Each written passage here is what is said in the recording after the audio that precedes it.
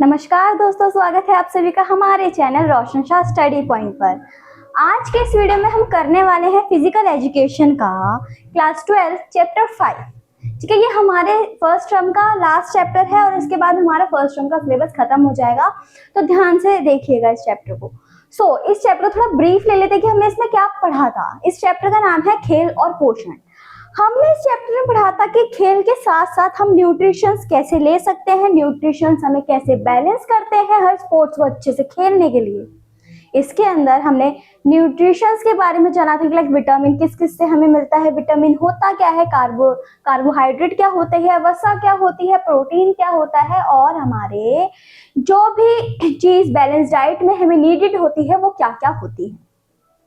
इस चैप्टर में बेसिकली हमने हेल्दी फूड, हमारे न्यूट्रिशंस, इन सबको बैलेंस करने के बारे में और हर एक डाइट में बैलेंस डाइट लेने के बारे में जाना था। ठीक है, तो आज हम करने वाले हैं इस चैप्टर के most important question answer.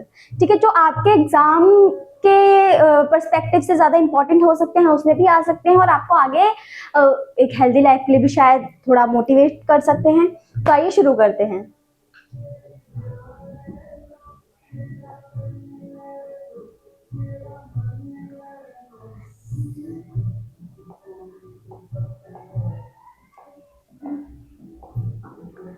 First question हमारा, संतुलित आहार किसे कहते हैं और इसके कार्यों का वर्णन करें। अब हमें देखना है कि संतुलित आहार होता क्या है और इसके कार्य क्या क्या होते हैं। ठीक है, संतुलित आहार को इंग्लिश में बोलते हैं बैलेंस डाइट। ठीक है, वह आहार होते हैं जिनमें व्यक्ति की अपेक्षा अनुसार सारे तत्व हों, जैसे कि विटामिन, कार्बोहाइड्रेट, वसा, प्रोटीन आदि। ठीक है, संतुलित आहार क्या होता है, बैलेंस डाइट क्या होता है। बैलेंस डाइट वो होता है जिसके अंदर एक व्यक्ति की अपेक्षा अनुसार, ठीक है, व्यक्ति की नीड के अनुसार सारे जितने भी तत्व हैं वो मौजूद हो। कौन कौन से तत्व, विटामिन, कार्बोहाइड्रेट, वसा, प्रोटीन आदि, यानी कि विटामिन वगैरह और भी चीजें। ठीक है, अब इसके कार्य क्या होते हैं। इसके कार्य निम्नलिखित हैं। हमें काम करने के लिए पर्याप्त ऊर्जा संतुलित आहार से मिलती है। हमें कोई भी काम करने के लिए पर्याप्त ऊर्जा कैसे मिलती है, संतुलित आहार से, यानी कि बैलेंस डाइट से। अब हमें उससे पर्याप्त ऊर्जा कैसे मिलेगी, अब जब हम बैलेंस डाइट लेंगे उसके अंदर हमको जितनी रिक्वायर्ड है उतना विटामिन मिलेगा, उतना प्रोटीन मिलेगा, उतनी वसा मिलेगी, उतना कार्बोहाइड्रेट मिलेगा, उतने ही सारे प्रोटीन वगैरह सब मिलेगा। तो हमारे जो पूरे दिन की नीड है वो खत्म हो जाएगी। लाइक हमें पूरे दिन की नीड के लिए जितना चाहिए था हमने खा लिया, हमारे पास एनर्जी उतनी ही रहेगी जितनी हमें चाहिए। तो जो हमें हेल्प करती है हमारे काम को पूरा करने में। अगर हम किसी चीज की मात्रा ज्यादा ले लेते हैं तो आप देखते होंगे अगर हम बैलेंस डाइट खाते हैं, ठीक है, तो हमें काम करने की एनर्जी होती है हमारे पास, हम बहुत काम कर सकते हैं। बट हम बैलेंस डाइट नहीं खाते, किसी चीज की मात्रा ज्यादा हो गई या फिर किसी चीज की मात्रा कम होगी तो हमें सुस्ती सी आती है, नींद आती है ना, तो वो बैलेंस डाइट में नहीं आता। बैलेंस डाइट से हमें एनर्जी मिलती है, तो ये हमें सारा काम करने में मदद करते हैं।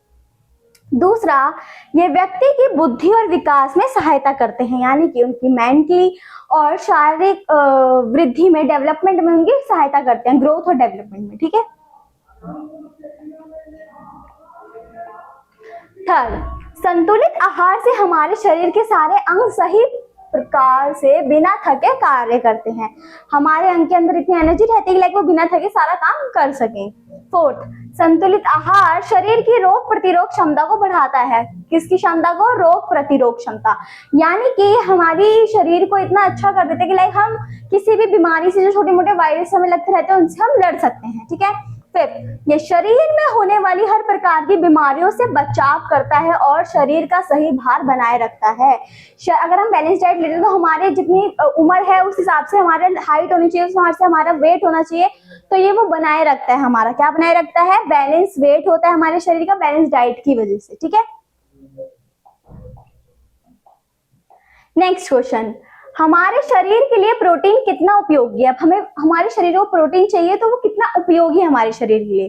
प्रोटीन कोशिका के निर्माण के लिए एक महत्वपूर्ण तत्व है, यानी कि प्रोटीन किस लिए काम आता है, कोशिका के निर्माण के लिए काम आता है। Protein carbon, hydrogen, oxygen, nitrogen, कभी कभी सल्फर जैसे तत्वों से भी बनी होती है। यानी कि प्रोटीन किस किस से बनती है, कार्बन, हाइड्रोजन, ऑक्सीजन, नाइट्रोजन और कभी कभी सल्फर से भी। ठीक है, प्रोटीन शरीर में अमीनो अम्लों के द्वारा रक्त में मिल जाती है। ठीक है, अमीनो अम्लों का प्रयोग शरीर के द्वारा मांसपेशियों, नाखूनों, त्वचा, बालों व आंतरिक अंगों के निर्माण में किया जाता है।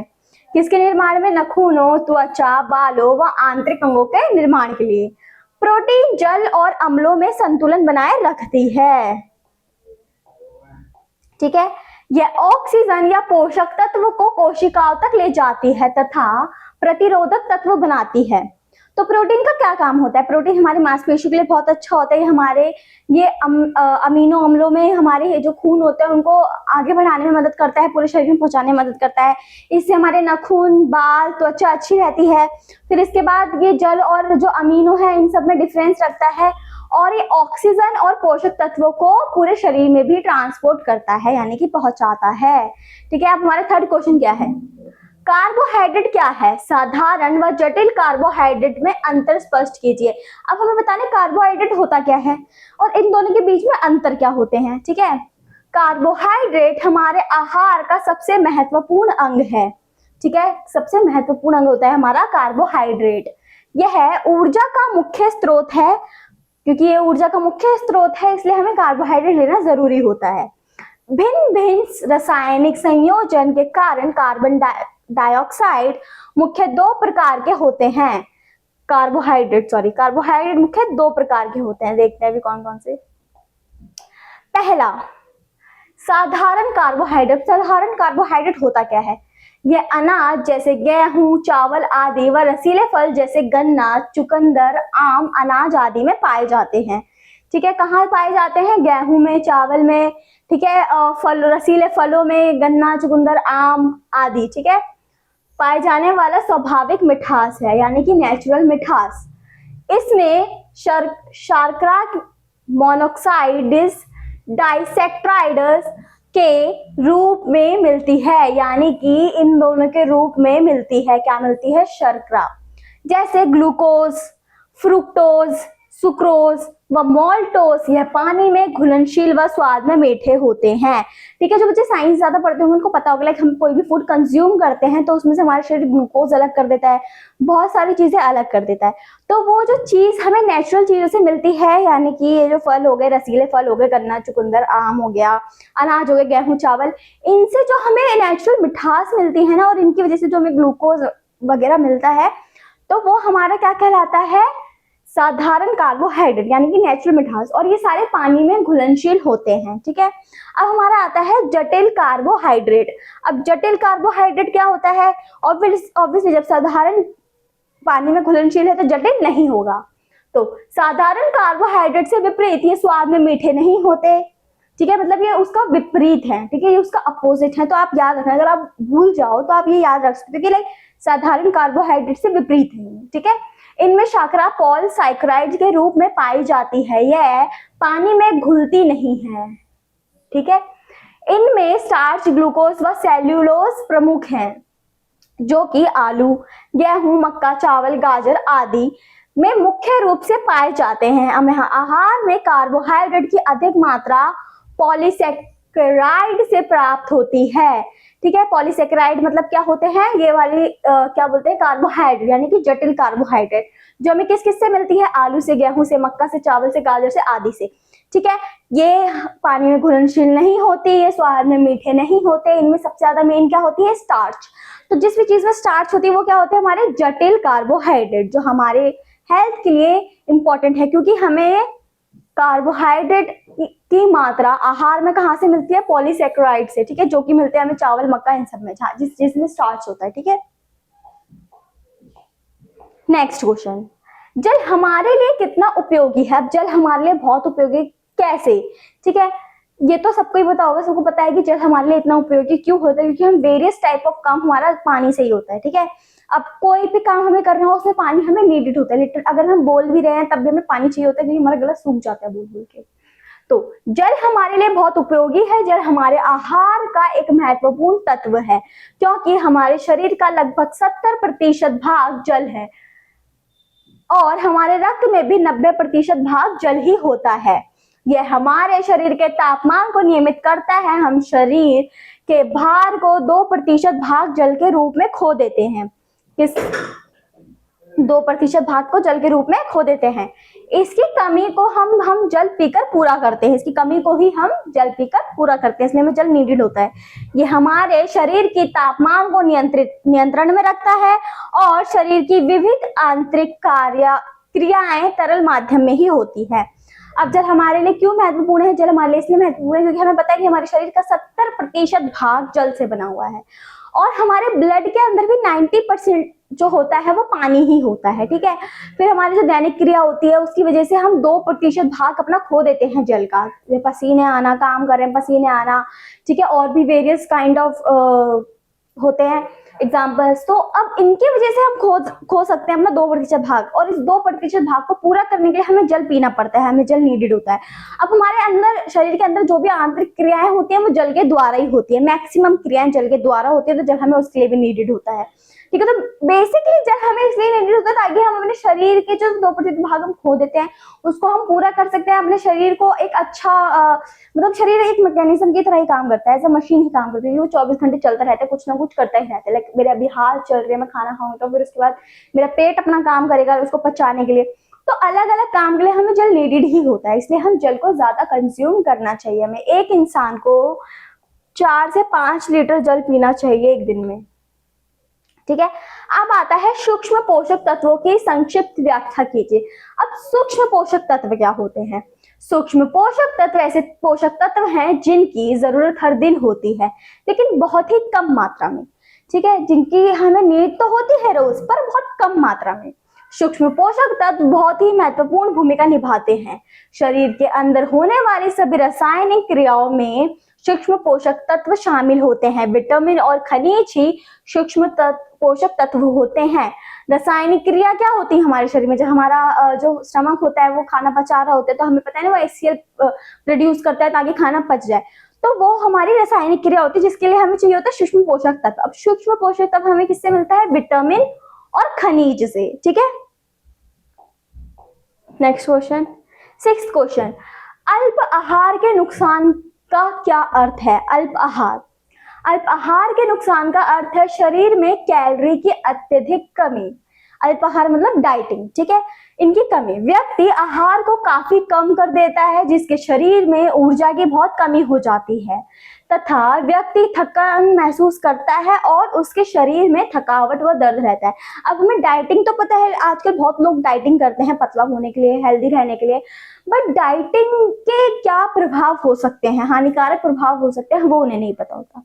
तो उनके क्या क्या हानिकारक प्रभाव होते हैं कि इंसान जब डाइटिंग करता है तो ऑब्वियसली उसको कुछ चीजें छोड़नी पड़ती हैं, अपनी डाइटिंग से हटानी पड़ती है, ठीक है। चाहे वो फास्ट फूड हो, चाहे वो घर का खाना हो, वो हेल्दी खाने पे ज्यादा कंसंट्रेट करता है। चावल नहीं खाते बहुत लोग, चाय नहीं पीते, है ना। तो इससे क्या होता है कि लाइक वो खाना कम कर देता है। वो खाना कम कर देगा तो उसके शरीर में थोड़ा भार की कमी आने लग जाएगी। एज पर उसकी एज हो सकता है कि वो जो भार अभी उसका है, जो वजन अभी उसका है वो ठीक हो, बट उसको कम करने में लगा हुआ है। तो वजन कम होगा तो ऑब्वियसली उसके जो शरीर है उसमें डिसबैलेंस आएगा। उसके बाद उनके अंदर ऊर्जा बहुत कम रहती है क्योंकि वो खाना पूरा प्रॉपर बैलेंस डाइट नहीं लेते हैं, ठीक है। जो लूज कर रहे होते हैं, जो डाइटिंग होते हैं, वो पूरा बैलेंस डाइट नहीं लेते हैं तो उनको ऊर्जा बहुत कम रहती है, उनके अंदर एनर्जी लेवल बहुत कम होता है, ठीक है। वो लेजी हो जाते हैं, ठीक है। थकान रहती है 24 घंटे, बदन में दर्द, थकावट, और वो जल्दी बीमार भी पड़ जाते हैं। किस वजह से? डाइटिंग की वजह से, ठीक है। तो अल्प आहार का क्या अर्थ हो गया, ठीक है। अब इसके बाद हमारा क्वेश्चन है, भोजन शरीर के वजन को नियंत्रित करने के लिए कौन कौन से तरीके हैं, ठीक है। अब भोजन से शरीर को नियंत्रित करने के लिए कौन कौन से तरीके हमारे पास हैं? शरीर के वजन को नियंत्रित करने के लिए कुछ तरीके इस प्रकार है। पहला, संतुलित आहार खाना, यानी कि बैलेंस डाइट लेना। अब हम बैलेंस डाइट लेंगे, जब हम बैलेंस डाइट लेंगे तो ऑब्वियसली हमारे पास बैलेंस डाइट में क्या क्या होता है? आप प्रोटीन की मात्रा होनी चाहिए, कार्बोहाइड्रेट होना चाहिए, ठीक है, विटामिन होने चाहिए, वसा होने चाहिए यानी कि फैट होना चाहिए, और बहुत सी जो मैक्सिमम, जैसे हमारी जो, मैं आपको वैसे बताती हूँ कि हमें खाने में क्या क्या रखना चाहिए। एक तरी वाली सब्जी होनी चाहिए, रोटी होनी चाहिए, चावल होने चाहिए, कोई भी डेयरी प्रोडक्ट होना चाहिए हमारे पास, दही हो गया, पनीर हो गया, या फिर छाछ हो गई, कोई भी डेयरी प्रोडक्ट, ठीक है। सैलेड होना चाहिए, कुछ भी ले लो आप, कुकुम्बर, कैरेट वगैरह कुछ भी ले लो आप, ठीक है। और चावल होने चाहिए, ठीक है। फैट के लिए चावल होने चाहिए, स्टार्च वगैरह और रोटी होनी चाहिए। तो ये हमारा हो जाता है पूरा बैलेंस डाइट, जिसमें हम हर चीज की थोड़ी थोड़ी मात्रा ले रहे हैं जो हमारे लिए सफिशिएंट है, पूरा काम करने के लिए सफिशिएंट है। और बैलेंस डाइट हम मैक्सिमम ब्रेकफास्ट या लंच में लेते हैं, क्योंकि डिनर में हम बहुत लाइट खाना खाते हैं, ठीक है। तो पहले तो बैलेंस डाइट लेना चाहिए, फिर रेशेदार भोजन करना चाहिए। अब रेशेदार भोजन क्या होता है? जो भी चीज हमें पेड़ पौधों से मिलती है वो खानी चाहिए, ठीक है, वही रेशेदार भोजन में आता है। ज्यादा मात्रा में पानी पीना चाहिए, ज्यादा मात्रा में पानी पीना चाहिए। एक इंसान को मैक्सिमम एक दिन में 4 से 5 लीटर पानी पीना चाहिए। वसा का कम उपयोग करना चाहिए, वसा हमें कम खानी चाहिए, यानी कि फैट हमें कम खाना चाहिए। डाइटिंग नहीं करनी चाहिए। अगर हम बैलेंस डाइट लेंगे तो हमारा जो वेट है वो अपने आप संतुलित हो जाएगा, ठीक है। तो हमें डाइटिंग करने की नीड नहीं रहेगी। फिर नियमित व्यायाम, हमें टाइम टू टाइम व्यायाम करना चाहिए, ठीक है। ये हो गए हमारे तरीके। नेक्स्ट क्वेश्चन, कौन से खनिज पदार्थ शरीर के लिए जरूरी हैं? कौन से खनिज पदार्थ शरीर के लिए जरूरी हैं? निम्नलिखित खनिज पदार्थ शरीर के लिए जरूरी हैं। पहला, आयरन। यह खनिज रक्त में हीमोग्लोबिन का निर्माण करने के लिए जरूरी होता है। हमें पता है हीमोग्लोबिन हमारा किससे बनता है? क्योंकि हमारे ब्लड में आयरन की मात्रा ज्यादा होती है। जब आयरन की मात्रा ज्यादा होती है तो हीमोग्लोबिन बनता है। Second, calcium. यह हमारी हड्डियां और दांतों का निर्माण करता है, ठीक है। कैल्शियम हमारी हड्डियों और दांतों का निर्माण करते हैं, ठीक है। फास्फोरस, ये हमारे दांत और हड्डियों को मजबूत रखता है। अब हम सोचते हैं कि शायद कार्बोहाइड्रेट हमारी दांतों को मजबूत रखता है या हड्डियों को मजबूत रखता है, नहीं, वो हमारा निर्माण करता है। मजबूत कौन रखता है? फास्फोरस, ठीक है। Fourth, sodium. ये हमारे तंत्रिका तंत्र को और अधिक मजबूत बनाता है, ठीक है। आयोडीन, आयोडीन बहुत जरूरी है। इसकी कमी से ग्वाइटर रोग हो सकता है। एक प्रकार का रोग होता है जो आयोडीन की कमी से हो जाता है, इसलिए हम प्रेफर करते हैं कि नमक में आयोडीन हो, ठीक है। मतलब आयोडीन वाला ही नमक लो, ठीक है। तो ये ही थे हमारे मोस्ट इंपॉर्टेंट क्वेश्चन इस चैप्टर में से। हाँ, और भी हो सकते हैं बट वो एमसीक्यू बेस में, ठीक है। लाइक विटामिन ए में क्या पाया जाता है, विटामिन डी में क्या पाया जाता है, ये एमसीक्यू बेस्ड है, ठीक है। तो एमसीक्यू बेस्ड हम बाद में डिस्कस करेंगे। तो हमने क्या क्या डिस्कस कर लिया इस चैप्टर में, मतलब मोस्ट इंपॉर्टेंट क्वेश्चन में कि प्रोटीन क्या होते हैं, ठीक है। वसा हमारे लिए क्यों इंपॉर्टेंट होती है, वसा होती क्या है, ठीक है। मैंने आपको बताया वसा क्या होती है, जो चावल वगैरह स्टार्च वगैरह से मिलती है हमें। फिर हमने देखा कि कार्बोहाइड्रेट किस किस प्रकार के होते हैं, क्यों इंपॉर्टेंट होते हैं, जल हमारे लिए क्यों इंपॉर्टेंट होता है। फिर सूक्ष्म पोषक तत्व कौन कौन से होते हैं, क्या होते हैं जटिल कार्बोहाइड्रेट, ठीक है, सूक्ष्म कार्बोहाइड्रेट, साधारण कार्बोहाइड्रेट क्या क्या होता है। फिर हमने देखा कि हमें भोजन पे कैसे भोजन के कैसे वे में खाएं या फिर कैसे नियंत्रण रखें कि हमारे शरीर भी हेल्दी रहे। फिर अभी हमारा लास्ट क्वेश्चन क्या था कि ऐसे कौन